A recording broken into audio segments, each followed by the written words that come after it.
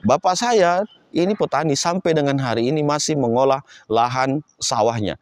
Saya seperti itu juga, tetap saya di lapangan, saya cinta terhadap pertanian.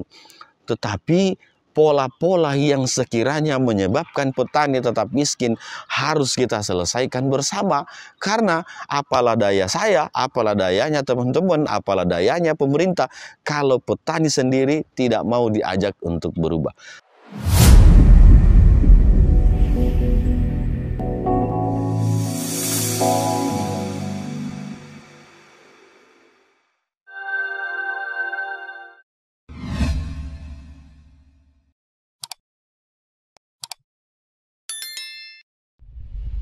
Assalamualaikum warahmatullahi wabarakatuh. Selamat berjumpa kembali teman-teman semuanya. Bersama saya Syamsul Umar, praktisi pertanian di channel Maraja Organik. Teman-teman semuanya, beberapa hari lalu saya membuat video tentang 3 masalah besar yang dilakukan oleh petani dan mendapatkan respon yang cukup beragam pada komentar dari teman-teman petani. Banyak yang mengatakan pupuk mahal, pestisida mahal, itulah yang menyebabkan sehingga petani tetap miskin. Saya mau mengatakan bahwa kalau sudah tahu pupuk mahal, kalau sudah tahu pestisida mahal, lalu kenapa petani tetap saja membeli pupuk-pupuk yang harga mahal itu?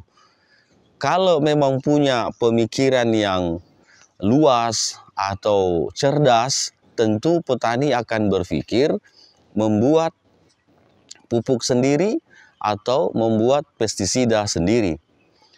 Di YouTube itu ada ribuan konten yang menjelaskan tentang bagaimana cara membuat pupuk. Begitu juga dengan pestisida. Pestisida alami ataupun pestisida sintetik. Banyak yang sudah teman-teman konten kreator telah buat videonya bagaimana membuat pupuk, bagaimana membuat pestisida. Tetapi apa yang terjadi? Karena petani ini memang dasarnya malas, dasarnya tidak mau ribet, dasarnya mau cepat yang sudah jadi saja, sehingga tetap membeli yang di toko-toko pertanian. Teman-teman, sadar atau tidak, ketika Anda melihat toko pertanian yang dulunya hanya gubu-gubu kecil, sekarang sudah menjadi bangunan yang kokoh, sudah menjadi ruko, sudah menjadi toko yang besar, itu karena keuntungan dari menjual pupuk dan pestisida. Jadi toko-toko tani ini yang dulunya hanya gubu-gubu kecil atau kios-kios kecil, sekarang sudah menjadi ruko yang besar. Itu dari mana? Dari keuntungan menjual pestisida ataupun pupuk. Dan lebih banyaknya itu adalah pupuk kimia dan pestisida kimia. Jadi menurut saya alasan petani bahwa pupuk mahal, pestisida mahal itu karena petani itu sendiri tidak mau belajar, tidak mau membuat sendiri, tidak mau pusing, tidak mau ribet. Nah itulah yang menyebabkan. Jadi jangan pernah lagi mengatakan pupuk mahal, pestisida mahal. Karena di YouTube konten-konten yang menjelaskan cara membuat pupuk ini, cara membuat pupuk ini, itu sudah ribuan konten. Tapi kenapa petani sendiri tidak mau mempraktekkan? Itu karena malas, itu karena mempertahankan kebodohan. Nah, itu teman-teman. Jadi jangan pernah tersinggung ketika ada akademisi atau praktisi yang mengatakan petani Indonesia itu malas. Kenapa malas? Karena malas untuk belajar. Seperti itu. Nah, sama halnya ketika dikatakan ilmu budidaya cabai misalnya, itu sudah ratusan bahkan ribuan konten yang menjelaskan bagaimana cara bertani yang baik, bagaimana cara menanam cabai yang baik. Ada tutorial-tutorial yang sudah dijelaskan, tapi apakah itu dipraktekkan oleh teman-teman petani? Ada banyak yang acuh terhadap itu, hanya mengandalkan kemampuannya sendiri. begitu dia rusak tanamannya atau gagal tanamannya, baru mengeluh. Nah ini teman-teman, jadi kalau saya mau bilang bahwa petani sendiri itulah yang menyebabkan tanamannya menjadi tidak maksimal. Itu karena pupuk mahal, karena pestisida mahal. Ya, mahal karena tidak mau membuat sendiri. Mahal karena malas untuk membuat sendiri. Seperti itu.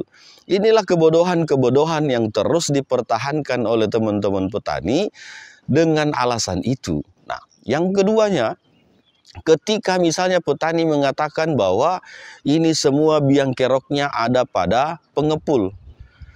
Teman-teman, dari mulai Anda belajar bertani sampai dengan hari ini, Anda tidak pernah membuka diri Anda untuk mencari pasar sendiri. Tidak pernah membuka jaringan untuk bisa baharannya ataupun hasil panennya dijual langsung ke pasar sendiri. Selalu mengandalkan pengepul. Pengepul inilah yang paling kaya di antara teman-teman petani. Coba silahkan Anda perhatikan, dulu petani pengepul yang hanya pakai motor, sekarang sudah pakai mobil. Kenapa? Karena keuntungan dari hasil panen yang Bapak Ibu petani ini jual ke mereka, dan mereka jual kembali di pasar. Inilah yang menyebabkan teman-teman petani yang hari ini tergantung pada pengepul. Pinjam uang di pengepul, nanti panen langsung diambil. Nah, artinya ini sudah menjadi semacam lingkaran setan di situ. Petani tidak bisa lepas dari pengepul. Kenapa? Karena uangnya pengepul yang dipakai untuk bertani.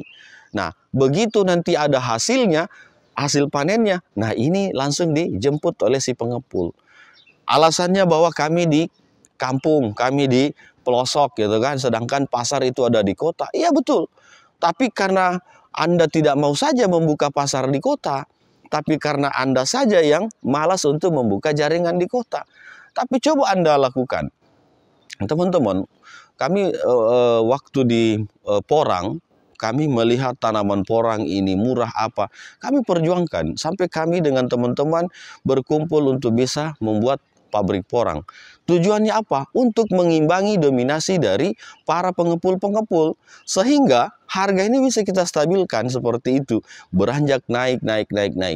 Nah, itu salah satu upaya yang pernah kami lakukan untuk pertanian porang di Indonesia.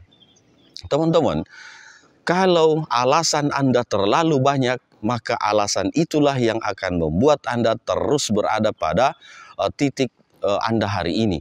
Kalau Anda selalu banyak alasannya, tidak mau menerima kritikan, tidak mau menerima saran, tidak mau mempraktekkan hal-hal yang bisa merubah pola pertanian kita, maka sampai kapanpun Anda akan berada di titik itu.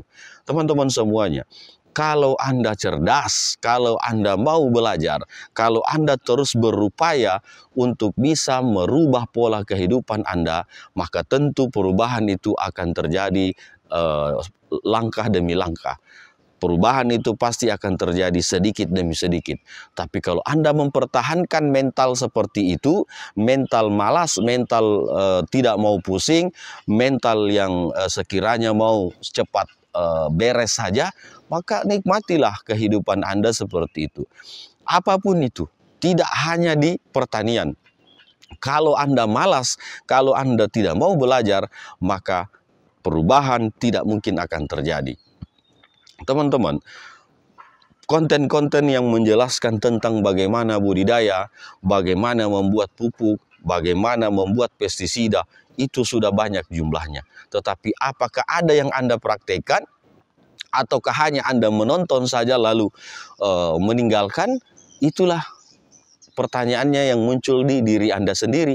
Jadi kalau ada yang berkomentar kebodohan tentang pertanian atau tentang petani di Indonesia, kenapa Anda harus tersinggung? Mestinya harus Anda resapi baik-baik apakah yang kami sampaikan ini betul atau tidak. Harusnya Anda mengoreksi diri bahwa oh ternyata betul. Inilah yang saya lakukan selama ini sehingga pola pertanian kami itu seperti itu terus.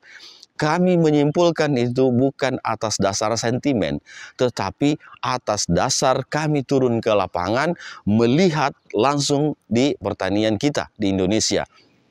Banyak teman-teman yang sudah kami dampingin menggunakan pertanian organik, hasilnya bagus, hasil panennya bagus. Tapi begitu di musim berikutnya, dia kembali lagi menggunakan urea, dia kembali lagi menggunakan NPK. Padahal jelas-jelas hasil pertanian yang kami dampingi ini hasilnya meningkat. Dari hasil sebelumnya mereka menggunakan NPK atau menggunakan urea saja.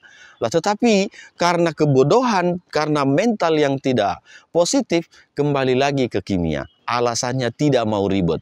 Kalau pakai kimia satu kali tabur, tidak perlu ada penyemprotan. Teman-teman, harusnya kalau Anda berpikir mindsetnya adalah hasil, maka seberat apapun kita melalui ini dengan cara disemprotkan atau di apa, itu harusnya teman-teman sadar, melakukan. Jangan mencari simpel, Pak, ini terlalu ribet Pak, harus menyemprot. Lebih baik pupuk tabur aja selesai 15 hari atau 20 hari lagi baru kita datang melihat sawah kita.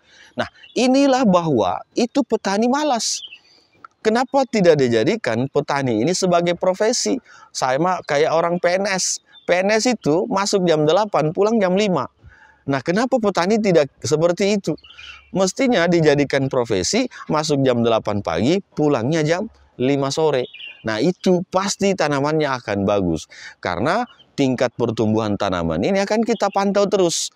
Ada gejala penyakit, ada gejala hama, itu terpantau dengan baik. Tapi kalau pertanian kita ini hanya sebagai second profesi ataupun misalnya hanya sampingan, nah inilah yang banyak mengeluh. Tapi petani yang cerdas, petani yang betul-betul memiliki mental yang kuat, petani yang memiliki pola pikir yang positif, tentu ketika dikritik akan menjadikan kritikan itu sebagai obat untuk merubah dan memperbaiki pola pertaniannya. Karena teman-teman, kami dari praktisi ini tidak memikirkan siapa Anda petani ini. Tidak. Kami hanya memikirkan bagaimana hasil panen Anda bisa berhasil. Ilmu yang kami miliki dari penelitian, pengamatan, dan pengaplikasian langsung di lapangan, kami sodorkan. Kami berikan secara gratis untuk Anda lihat, untuk Anda resapi. Kalau sekiranya itu bisa diterapkan di tanamannya, monggo silahkan lakukan. Supaya apa?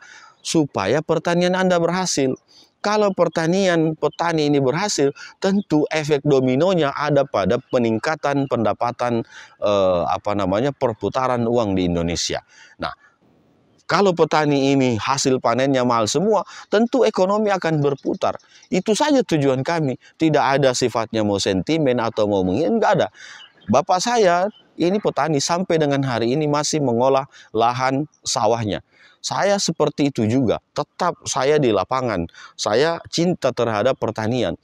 Tetapi pola-pola yang sekiranya menyebabkan petani tetap miskin harus kita selesaikan bersama. Karena apalah daya saya, apalah dayanya teman-teman, apalah dayanya pemerintah, kalau petani sendiri tidak mau diajak untuk berubah. Saya kira begitu teman-teman ulasan kita hari ini. Semoga sharing ini bisa memberikan pemahaman tambahan sehingga mental kita, mental yang tadinya malas, mental yang tidak mau belajar, mental yang mau cepat saji saja, itu bisa kita rubah. Kalau pupuk mahal, mari kita bikin sendiri. Kalau pestisida mahal, ayo kita bikin sendiri. Kalau pengepul ini terlalu banyak untung, ayo kita cari pasar di kota atau di daerah-daerah di luar dari tempat kita berbudaya, sehingga harga panen kita bisa mahal. Saya kira begitu teman-teman ulasan kita hari ini. Terima kasih. Assalamualaikum warahmatullahi wabarakatuh.